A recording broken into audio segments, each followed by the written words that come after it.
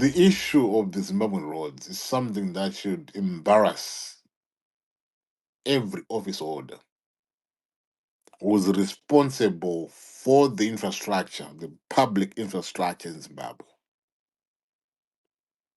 Because when you're looking at these pictures and the other pictures, that are doing the rounds, the state of our roads are esquita. Because if I want to be honest with you,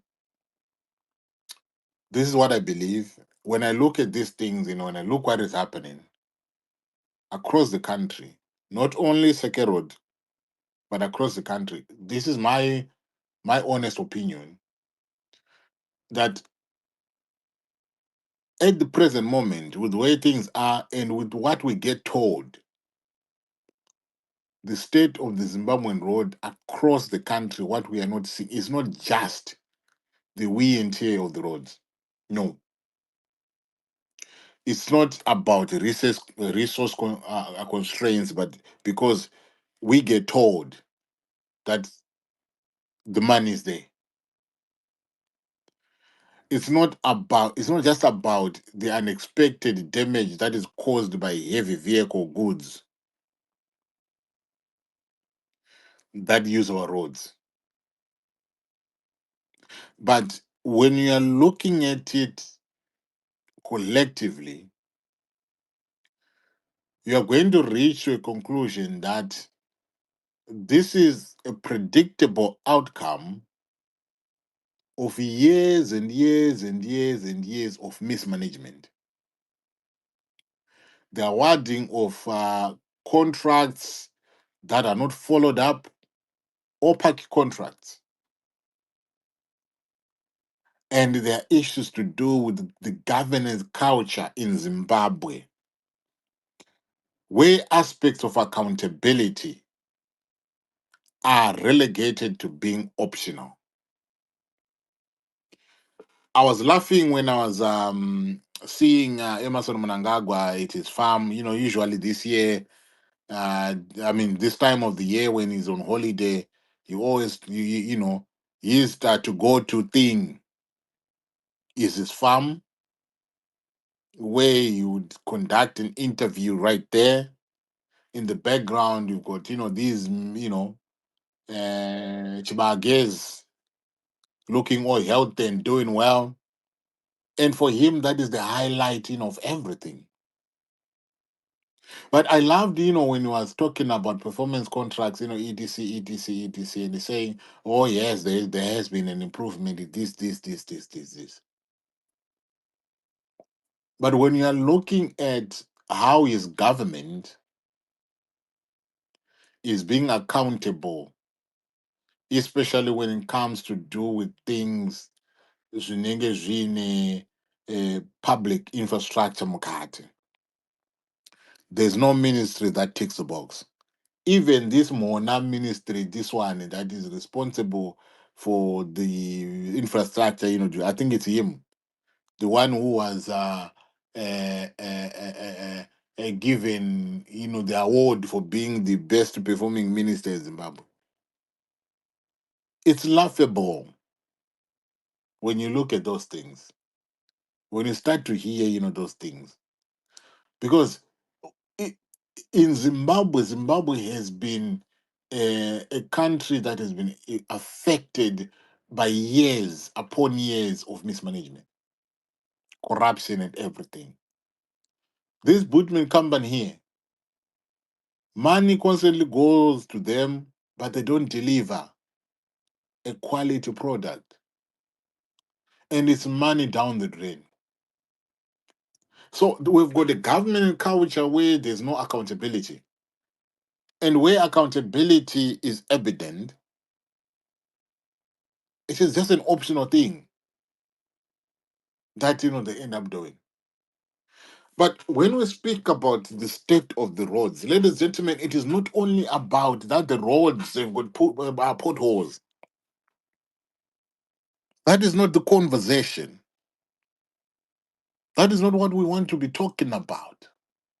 Or that is not what we should be relegating our conversations to.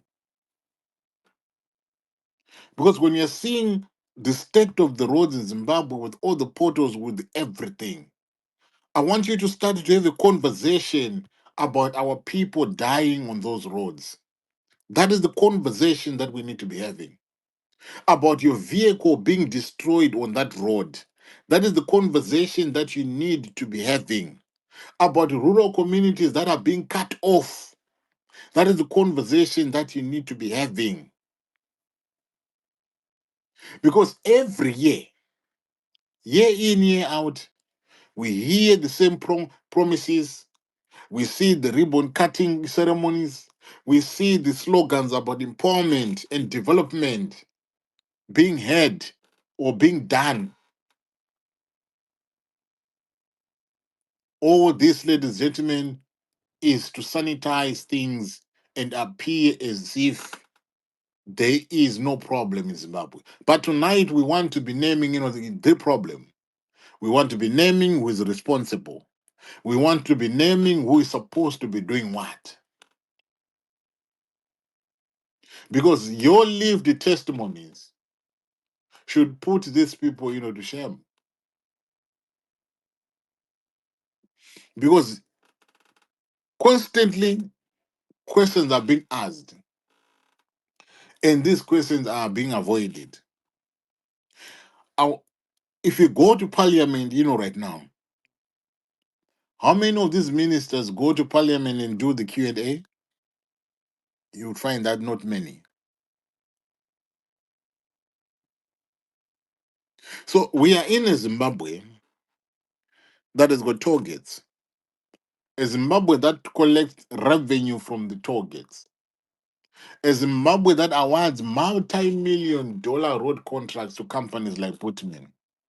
A Zimbabwe that has got a Ministry of Transport. A Zimbabwe that has got provincial road departments.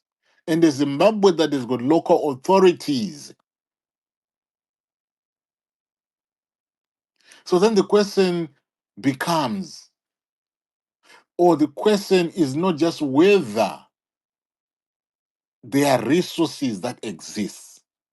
That is not the question. But how these are being used, who is taking advantage of these resources, who is benefiting from these resources, and why is it those that have got access to these resources, they are not producing? The outcome is so poor, like what we are seeing along Aseke Road.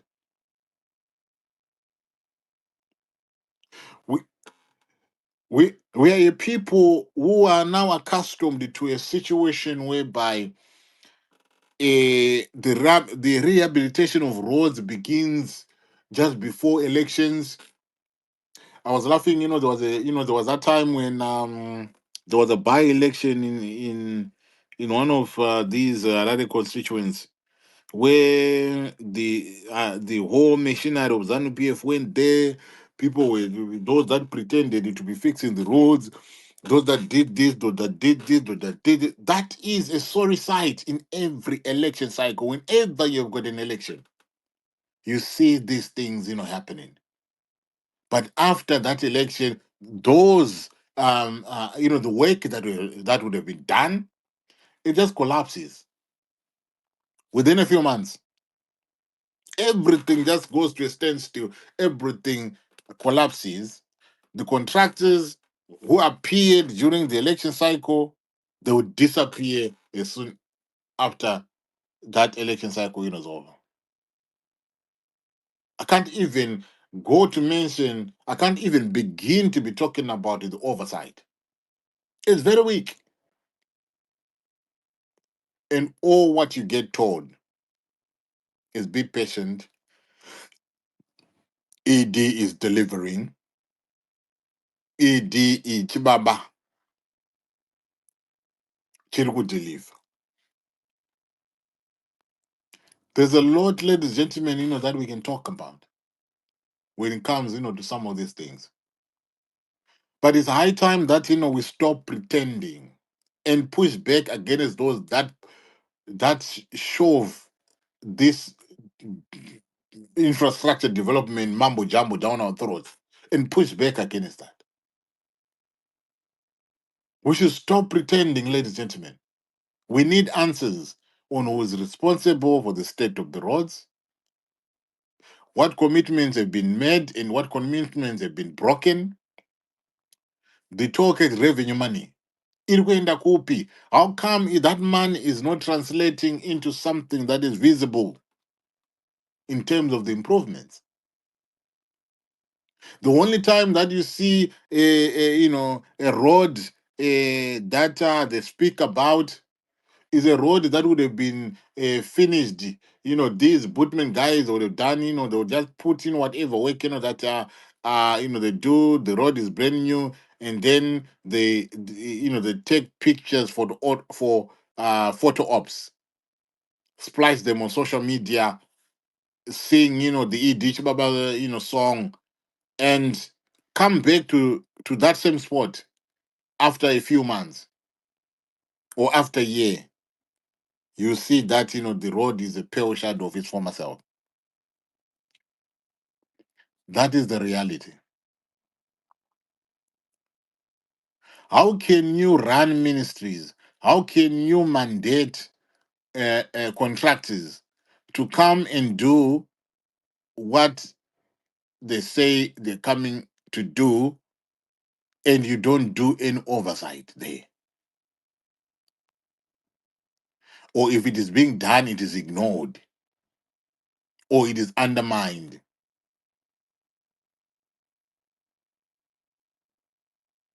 And why do we us as a people have to even be begging for the infrastructure in Zimbabwe? Basic infrastructure. I saw one day one of his in several of his posts saying kumhondoro kwake kuti chingotipaiwo magredha please please, chingotipaiwo chakati please please. Tinoita zvedu. Why do we have to get to that position, why do we have to get there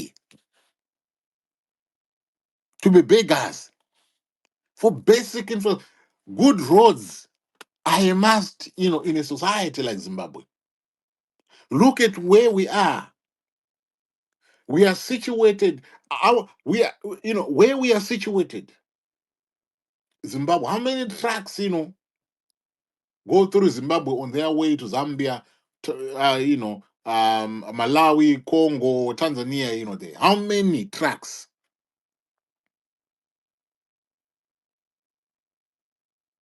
You think that, with that realization, yokuziva kuti, we are, this gateway to other nations.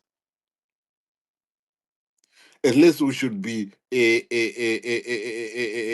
having an alternative form of transportation, like fixing our railways, etc. But you find that, I was laughing, I was seeing, this other video where a locomotive was just, I was like, Njanje yakavharwa, memahuswa zvimiti, and the locomotive is in there. Like we are in one of those, Western movies. It's not on. Come on, guys. It's not on. Who is responsible? What systems? What systems are responsible? Or it is individuals who are part of the problem? That is what we want you to be interrogating. That is the conversation that we want to be having. So I don't know what you think, guys, but that is a topic, that I have. If you want to make a contribution, you can come through. If you have witnessed, if you have been to Zimbabwe, you have traveled, on these roads, what is your lived experience? How poor are these roads? And how are they affecting your work? How are they affecting your safety? And how are they affecting even your health? Somebody was, was, on that video, it was saying, on your way to work, you are late. On your way home, you are late. You get home late, and you need to wake up early. your sleeping pattern gets messed up. And you know what is a poor sleep, ladies and gentlemen, impacts, even your physical health, impacts, your mental health, impacts your concentration. All these things, they are piling up on you. And when they finally, develop into a serious health problem, you go to the hospitals and you don't get anything. So you can find that, some of the problems that we're facing, there is a chain, to these. And we are literally being killed by the systems that are existing in Zimbabwe.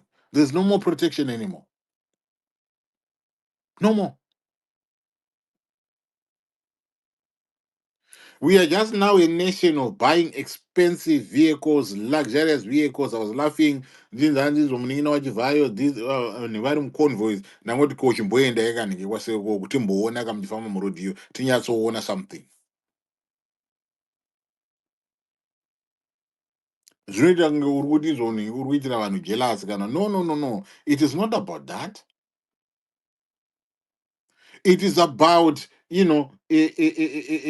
looking at a reality in Zimbabwe that does not even make any sense. People vangoraramawo kungoti tangoraramawo.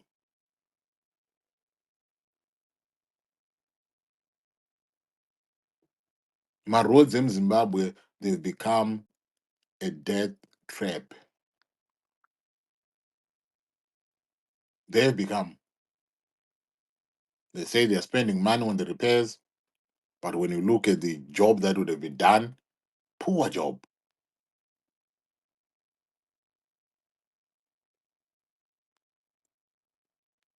And in the local, areas, the local authorities, what are the councils, doing?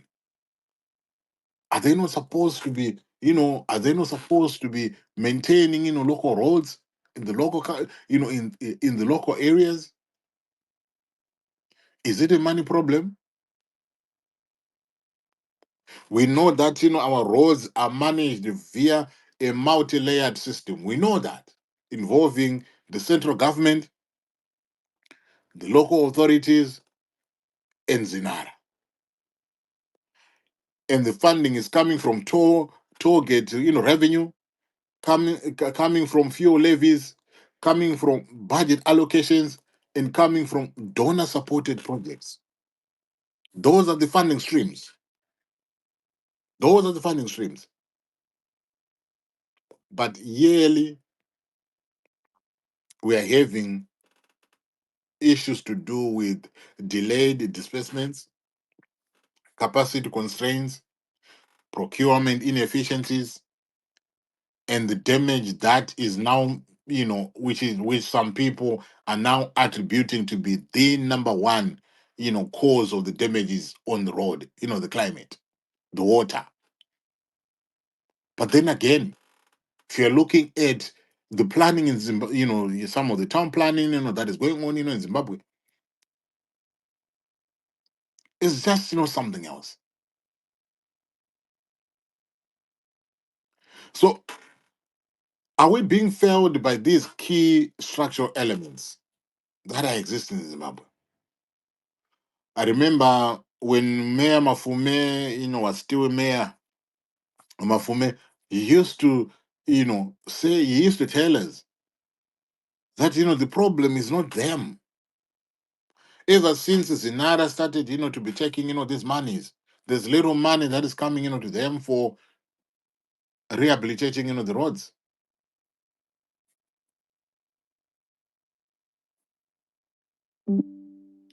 And we have had constant complaints coming from people or coming from, these councils to say, Kuti, like in Harare, they say there's over 1 million cars. But the money that is collected, which is quite substantial, does not find its way back to the coffers of the city council, who are responsible for the rehabilitation and maintenance of the local roads.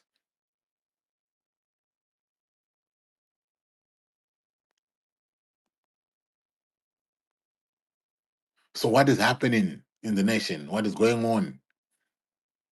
Who's responsible? Where does the blame go to? Does it go to does it go to Zinara? Does it go to the local authorities? Does it go to central government? Who's responsible? Because I want to believe there must be some oversight, something, there.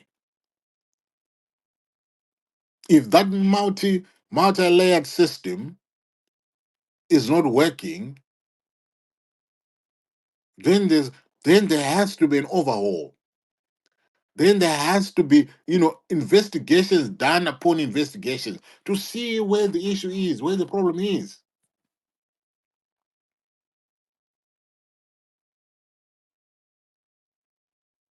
Finally, this time around, I don't think, there's ever going to be any attention, to some of these things because we are back to 2016, 2017, where ZANU PF has started to engage in their factional fights, succession wars, succession fights. You don't get things done because everyone in there is now seized with the Tungwararas, speech. Who is he referring to? January Kureva. Saka zvazodini. So everything has sort of been taken over. And those are some of the reasons why we don't have proper oversight by these, ministries.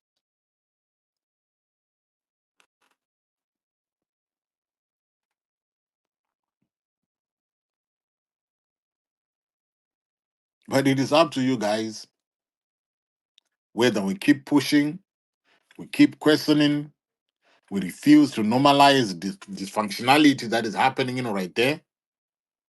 It is up to you. Because one thing that is true and one thing that is for sure is that country called Zimbabwe deserves better. It deserves better. We are rich in minerals. We have got minerals in Zimbabwe. Those that, keep the record, they say we've got over 70 of them. And some of them are the ones, that can give us all what we need in Zimbabwe. But at the end of the day, we are just, just another third world country. Is that said?